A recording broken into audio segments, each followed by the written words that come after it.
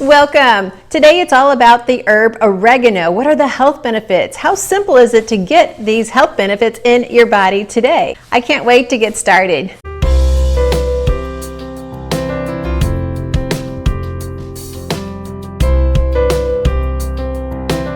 I'm Annette Reeder from thebiblicalnutritionist.com, and I pray that you've already gone to that website and grabbed my 7 steps to biblical health. These are 7 steps that I use with all of my coaching clients. These are 7 steps that get anyone started on a healthy diet, on a healthy lifestyle. You may be surprised what those 7 steps are. You may think you already know it all, or then again, maybe you don't. I hope you grab that free resource right now. Now, first of all, before we get started, be sure and hit the subscribe button down below because that tells me I'm giving you the content that you're looking forward to. I'm going to share with you 7 reasons why you need to add oregano into your health plan. Let's look at the first one, which is antibacterial properties. Now, if you've been following me on the Grocery Discovery, you know I say antibacterial so many times. And so this means what it does is it stops the growth of a bacteria, a bad bacteria in your body. Now, we get introduced to bad bacteria more often than you realize. This is why I teach so much about gut health. When your gut is healthy with good bacteria, it will always fight the bad bacteria, and you're not even going to know that there was a battle going on. You're going to be enjoying your day and not interrupted. But if we don't have enough good bacteria, we're not going to be able to fight the bad bacteria. Well, this is where these herbs come in and say, hey, I'll fight for you. Yes, and many times your gut healing supplements will have these extracts in it because of that property, because of the antibacterial property. So oregano is used around the world to treat staph infections and even Pseudomonas. So these are bacteria infections that can really set people back a lot. Oregano is also used to kill food poisoning bacteria like as E. coli or Salmonella Listeria. Also, it helps with H. pylori. So they've done some studies with the combination of oregano oils and cranberry extract that helps to kill this bacteria, the H. pylori bacteria.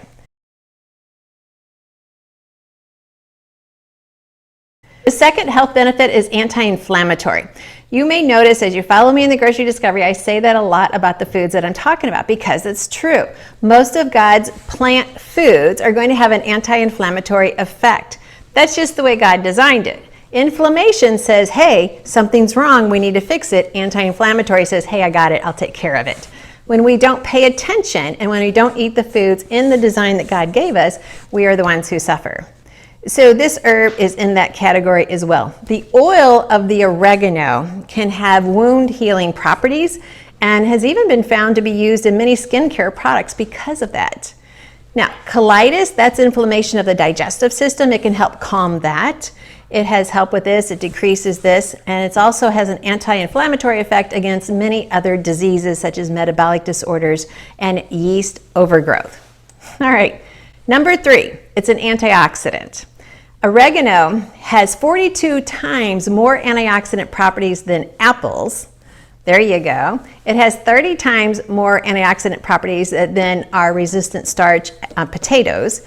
It has 12 times more antibiotic properties than our oranges and 4 times more antioxidant properties than blueberries. Oregano is also very useful in healing upper respiratory disorders. According to the Lung Institute, it works as a natural decongestant and antihistamine.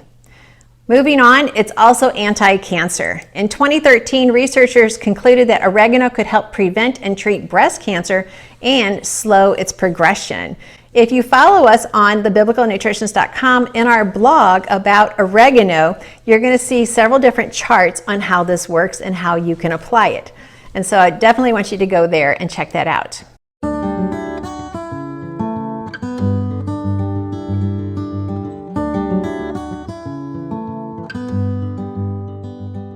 When I say this, it just seems unbelievable. It's like, Annette, well, how can it be as strong as the chemo and things like that? I'm not ever comparing drugs with God's foods. I'm just teaching you what God's foods, what the properties are in it, and how you might be able to talk that over with your doctor. Antiviral. This is huge. Studies in the lab show evidence that it is very effective against human noroviruses.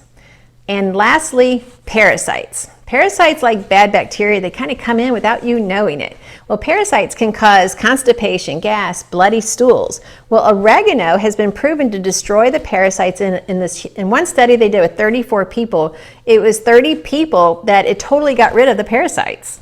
Well, so there are two very powerful compounds found in oregano that were the reason why it is so effective against parasites.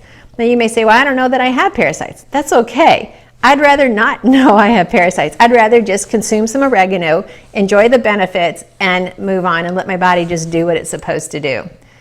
So many benefits between food poisoning, bacterial, inflammation, anti-cancer, parasites. It just makes it just an all-around healthy food to add to your diet, and it tastes so good. Who doesn't love Italian dishes? So how do you enjoy this aromatic herb in your cooking and your health? First of all, I have some oregano here that I just picked out of my garden. You can kind of see it. Let me just separate it here, pull this out. So this is a sprig of oregano. What you can do is, you see these tender shoots right here, you can just take that out and just chew on that. And when you do, it's going to help give you clarity of mind, and sometimes it helps settle a stomach as well. So that's one way of enjoying oregano. But you may say, Annette, I don't have oregano grow in my yard. Okay, at the end of this video, I'm going to tell you, you need to start growing oregano in your yard. I planted this 10 years ago, and I'm still enjoying it. I dehydrate it, I use it all year round. Now, don't get hung up on the dehydrating, although it's my favorite thing to do. I just feel like I'm saving everything and not throwing anything away. But yet, if you can't dehydrate it, most of our winters are fairly mild, so I can still go out in the yard any time of the year, all 12 months, and pick it and use it in a recipe. But spring and summer are the best because you get these young tender leaves and they are so aromatic. So when the leaves are aromatic, that means it has the essential oil. The essential oil is what gives us the health benefits. So you can have fresh oregano and grow it in your yard. And as you can see, they have a beautiful purple flower. Now these are almost at the end of their blooming season, so they're not quite as pretty as they normally are. So here's how I want you to enjoy it. I want you to just go ahead and start growing oregano. I want you to pinch a sprig and just chew on it when you need it. Also, I want you to use it as a bouquet because having your herbs and a fresh bouquet on your table is just a reminder of everything that God is doing in your life, of all the goodness. So those are just a couple fun ways. When it comes to cooking, you can add these tender leaves into your soups, into your bone broth. In fact, if I was doing bone broth, I would add the stem and everything. The flowers, yes, you can add those too. Glad you asked. And so I would add those in your bone broths, your soups, your stews, and your sauces. Any red sauce you can add oregano to. You can even add it to a white sauce. A lot of Italian white sauces would be delicious. So anytime you have basil, parsley, garlic, onions, thyme in a recipe, you can have oregano. All right, that's the beauty of it. So in order to get the medicinal benefits though, you need to either chop it or crush it. We have to release those oils so that our body gets the benefit of that plant. You may say, Annette, I don't have fresh oregano growing in my yard. Okay, then you can buy organic oregano at the store. It's fairly inexpensive. Now, here's what I want you to know. You do not buy spices in bulk because you only want to buy a little and then use it as you get it. You do not want spices in your cabinet that have been there 5 and 10 years. I know we all have them. I probably have some too that have been up there 10 years. It's like, oh yeah, I used it for that one dish and I haven't made that dish since 2010, and a special Thanksgiving we had. So you need to understand spices. I have a great video on spices. Be sure and watch that. A lot of good information. So if you're going to buy it from the store, just buy small quantities. Even this is a fairly large amount if I'm not going to use it. When you buy it from the store, you want to open it up and smell it. And if you do not have a good smell, you need to pitch all of it because no smell means no aromatic oil, no essential oil, which means no health benefits.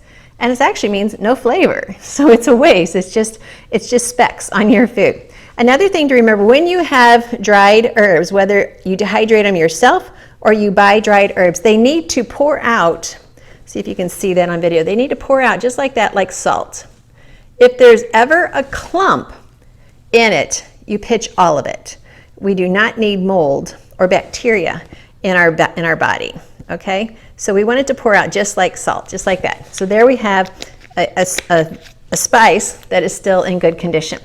Now, like I said, we don't need very much because it doesn't take much to flavor our dishes. But as you're learning today about the benefits of oregano, you may be using it a lot more.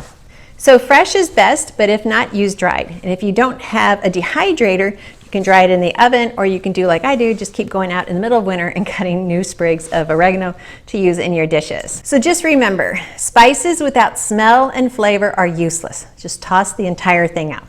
If this clumps, toss it out. If it doesn't smell good, toss it out. All right? Now here are your 3 takeaways from this talk. Number 1, grow your own oregano. Plant it once, enjoy it for years. You can even share it with your friends and neighbors because it keeps growing. It doesn't grow like a mint, which overwhelms you and fills the entire garden. It grows within its own area and it stays there. It gives you pretty flowers. It gives you great flavor. Plant it once, enjoy it for years. Number 2, start adding more herbs to your cooking. Whether you got fresh, whether you got dried, whether you buy it from the store, start adding more herbs to your cooking. The essential oils are going to do the same thing, so you could also add essential oils into your medicinal plan.